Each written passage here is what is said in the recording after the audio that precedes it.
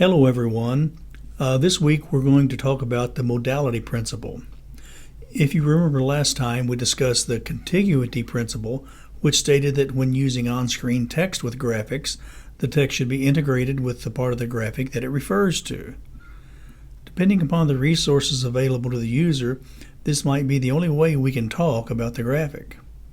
With technological increases and high-speed internet access becoming more pervasive in society, the use of audio narration is easier to include in our multimedia learning.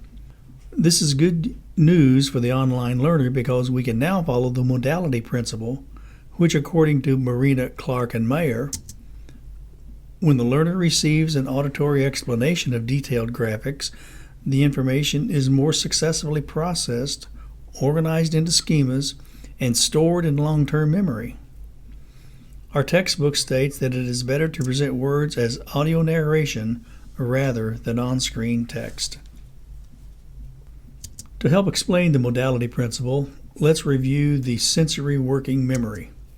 With printed words and pictures, you can see that both are trying to be processed simultaneously, resulting in a cognitive bottleneck. Especially if there is a lot of eye movement, this would interfere with making relationships between words and pictures.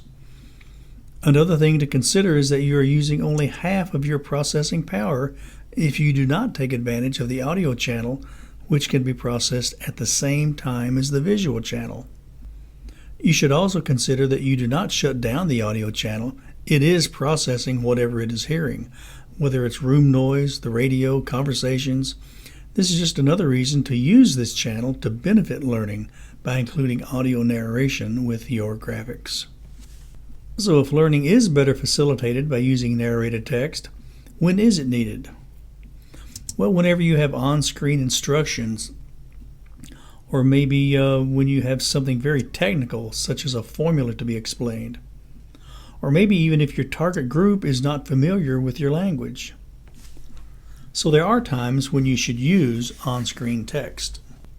So let's look at an application of the modality principle.